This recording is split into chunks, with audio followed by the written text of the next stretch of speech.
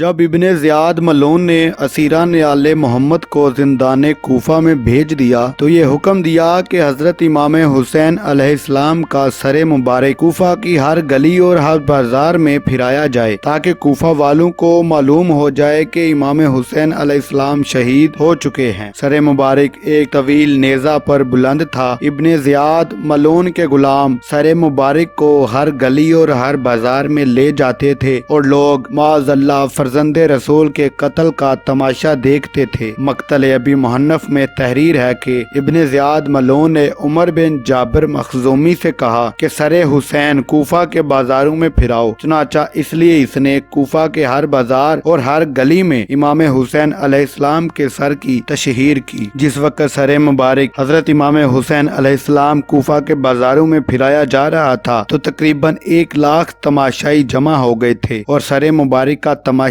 دیکھ رہے تھے۔ بعض سر مبارک کو دیکھ کر گریہ ازاری کر رہے تھے، لیکن کسی کو بھی ابن زیاد ملعون کے ظلم کو دیکھ کر امام حسین علیہ السلام کے سر کی حمایت کرنے کی جرأت نہیں ہوتی تھی۔ سب خاموش اور گریہ کناں تھے اور ان پر خوف عظیم طاری تھا۔ جب امام حسین علیہ السلام کا سر کوفہ کے گلی کوچوں اور بازاروں میں پھرایا جا رہا تھا تو زید بن ارقم اپنے مکان کے بیرونی طرف دریچے میں بیٹھے تھے اور نظر باہر کی طرف تھی۔ دیکھا کہ ایک طویل نیزہ پر سر امام حسین علیہ السلام نصب ہے۔ جب سر مبارک ان کے مکان کے قریب پہنچا تو انہوں نے بغور دیکھا کہ یہ واقعی امام حسین علیہ السلام کا سر ہے۔ نیچے اترے اور نیزہ کے قریب آئے تو لبِ مبارک میں جنبش دیکھی۔ پھر سر مبارک نے سورہ کہف کی تلاوت کی، جس کا ترجمہ ہے کہ کیا تم یہ خیال کرتے ہو کہ اصحاب کہف اور رقیم ہماری نشانیوں میں سے ایک عجیب نشانی تھے؟ یعنی حضرت امام حسین علیہ السلام نے اس آیت کی تلاوت کر کے یہ ظاہر کیا کہ میرا کلام امر اصحاب کہف و رقیم سے بھی زیادہ عجیب و غریب ہے۔ زید بن ارقم نے جب یہ سنا تو کہا، اے فرزند رسول، بے شک آپ کا امر عجیب و غریب ہے۔ زید بن ارقم نے اپنا امامہ سر سے اتار کر پھینک دیا اور رونا شروع کر دیا۔ کتاب مناقب الادا شریعہ شافعہ میں بلال بن معاویہ سے روایت ہے کہ وہ کہتا ہے کہ جس وقت امام حسین علیہ السلام کا سر ابن زیاد ملعون کو پیش کیا گیا تو اس کو نیزہ سے اتارا گیا تو اس وقت ابن زیاد ملعون کے سامنے سر مبارک نے قرآن پاک کی سورہ ابراہیم تلاوت فرمائی، جس کا ترجمہ یہ ہے، اور یہ ظالم جو کچھ کیا کرتے ہیں اس سے خدا کو غافل نہ سمجھنا۔ اور دوسری مرتبہ سر مطہر پھر ابن زیاد ملعون کے سامنے گویا ہوا۔ اس وقت ابن زیاد ملعون نے چوب و دستی لبہ مبارک پر رکھی اور گستاخی کی۔ اس وقت دربار میں آگ کا شعلہ بلند ہوا۔ ابن زیاد ملعون خوف کی وجہ سے بھاگ گیا۔ سر مبارک نے فرمایا، اے دشمن خدا، کب تک آگ سے بھاگے گا؟ کامل ثقیفہ میں ہے کہ جب وقت تشہیر ازدحام ہو گیا تو آپ کے سر مبارک نے سورہ کہف کی آیت تلاوت کی، جس کا ترجمہ ہے، وہ چند جوان تھے کہ اپنے پروردگار پر ایمان لائے تھے اور ہم نے ان کی سوچ سمجھ اور زیادہ کر دی۔ مقتل ابی محنف میں تحریر ہے، جب سر مبارک ایک درخت پر آویزاں کیا گیا تو لوگ تماشا کے لیے جمع ہو گئے تو سر مطہر نے فرمایا، اور جن لوگوں نے ظلم کیا ہے انہیں عنقریب ہی معلوم ہو جائے گا کہ وہ کس جگہ لٹائے جائیں گے۔